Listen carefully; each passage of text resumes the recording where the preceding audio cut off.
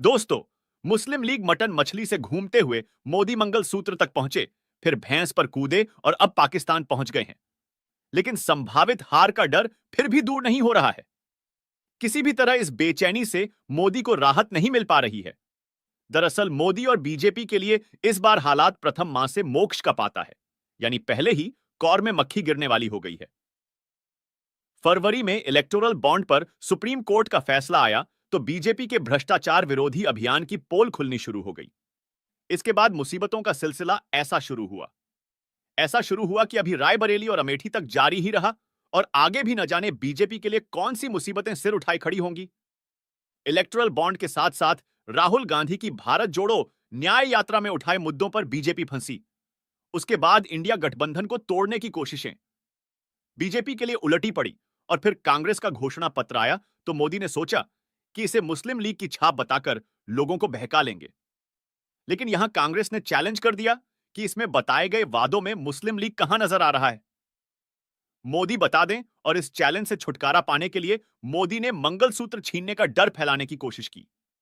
उसमें भी उन्हीं पर सवाल उठ गए। फिर भैंस ले जाने की बात कही तो वहां भी मजाक बन गया। और अब चुनाव के तीसरे चरण में तीसरे दौर के पहले मोदी अपना प्रिय विषय पाकिस्तान ले आए। लेकिन यहां भी लोगों को समझ आ गया कि 10 सालों से किस तरह उन्हें मूर्ख बनाया जा रहा है।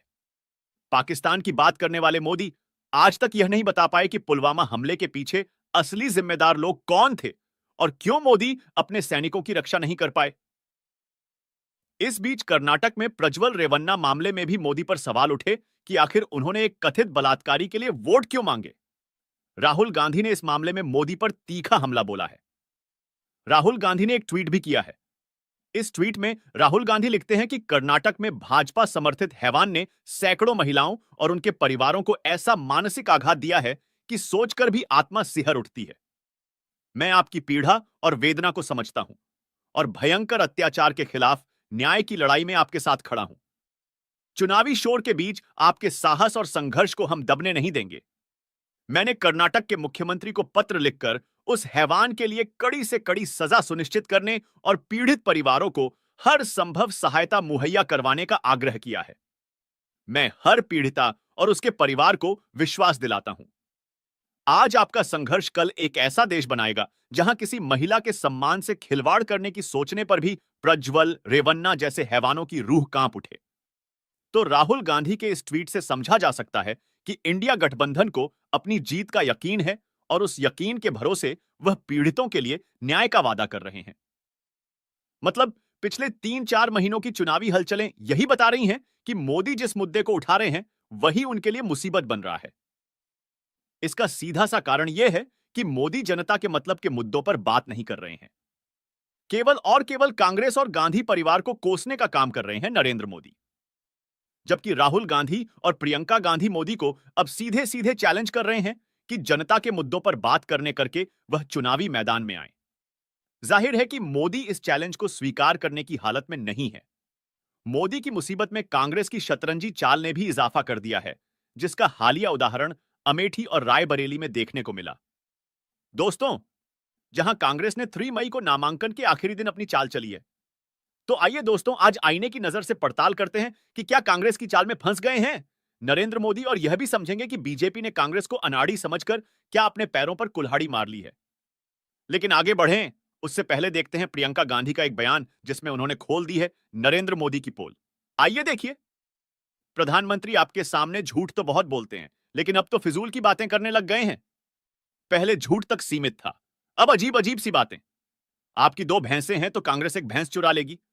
55 सालों से कांग्रेस की सरकार रही है इस देश में। जरा बताइए किसकी भैंस चुराई हमने?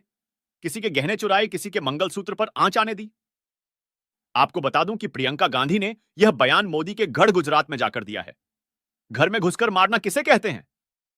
शनिवार को प्रियंका ने बनासकांठा की अपनी रैली में प्रत्यक्ष रूप से दिखा दिया। बेहद शांत और संयमित तरीके से प्रियंका गांधी ने मोदी की फिजूल की बातों का सच जनता के सामने रख दिया। उन्होंने कहा कि मोदी झूठ तो बोलते ही हैं, अब फिजूल यानी बेकार की बात भी करने लगे हैं और प्रियंका जो कुछ कह रही हैं उसे लोग भी समझ ही रहे हैं। क्योंकि कांग्रेस के शासनकाल में बेशक कमियां थीं, लेकिन किसी का मंगलसूत्र सरकार ने छीना या भैंस खोलकर ले गए, ऐसा कभी नहीं हुआ।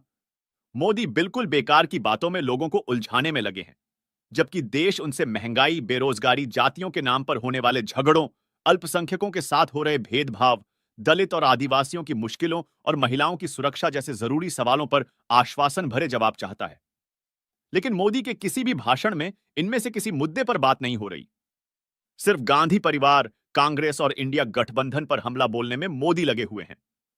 राहुल गांधी, सोनिया गांधी और प्रियंका गांधी के साथ साथ मोदी ने अब तेजस्वी यादव, लालू प्रसाद यादव, शरद पवार, ममता बनर्जी जैसे इंडिया गठबंधन के नेताओं पर हमला बोलना शुरू कर दिया है। शरद पवार को मोदी ने भटकती आत्मा कह दिया। राहुल के साथ साथ तेजस्वी यादव को शहजादा कहा। फिर लालू प्रसाद को गोधरा कांड के लिए जिम्मेदार ठहरा दिया। इस तरह दूसरों को घेरने के चक्कर में मोदी ने कब अपने लिए फंदे तैयार कर लिए, इसका एहसास ही उन्हें नहीं हुआ। गोधरा का जिक्र मोदी ने सांप्रदायिक ध्रुवीकरण के लिए किया होगा, लेकिन मोदी भूल गए कि देश में विभाजन की खाई गहरा करने वाला यह कलंक उन्हीं के शासनकाल में लगा था, और केंद्र में तब वाजपेयी जी की सरकार थी, न कि यूपीए की सरकार। मोदी ने राहुल गांधी और तेजस्वी यादव को शहजादा कहा, तो तेजस्वी यादव ने भी मोदी को करारा जवाब दे दिया है। आइए जरा सुन लेते हैं तेजस्वी यादव क्या कुछ कह रहे हैं नरेंद्र मोदी पर। अब देखिए प्रधानमंत्री जी, कुछ भी बोल सकते हैं, वह पीरजादा हैं। पीरजादा के मतलब बुजुर्ग हैं, और हम लोग तो छोटे लोग हैं। उनका हक है, कुछ भी बोल सकते हैं, वह पीरजादा हैं। लेकिन सच कम झूठ ज्यादा है। तो अब आए हैं दरभंगा, मिथिला की धरती पर आए हैं, तो काम की बात होनी चाहिए। मिथिला के लोग बहुत प्रबुद्ध लोग हैं। वह काम की बात सुनना चाहते हैं, ना कि बेकार की बात सुनना चाहते हैं। झंझारपुर हो, मधुबनी हो, दरभंगा हो, लगातार एनडीए के सांसद, केंद्र में उनकी सरकार और बिहार में उनकी 17 साल से सरकार। लेकिन यहां के लोगों के लिए उन्होंने कुछ नहीं किया। आए थे तो थोड़ा चले जाते, जो दरभंगा एम्स देख लेते कि क्या स्थिति है। लोग जाता है, शोभन ढूंढ रहा है, एम्स का है, किसी को मिलता ही नहीं, लौटकर चले जाते लोग।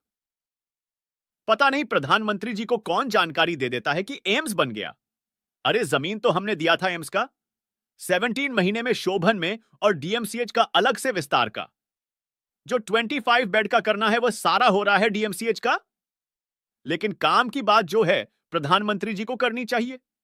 और इस बार जो है, बीजेपी की हालत बिहार में टाइट है। लोग ऊब चुके हैं प्रधानमंत्री जी के झूठे वादे से।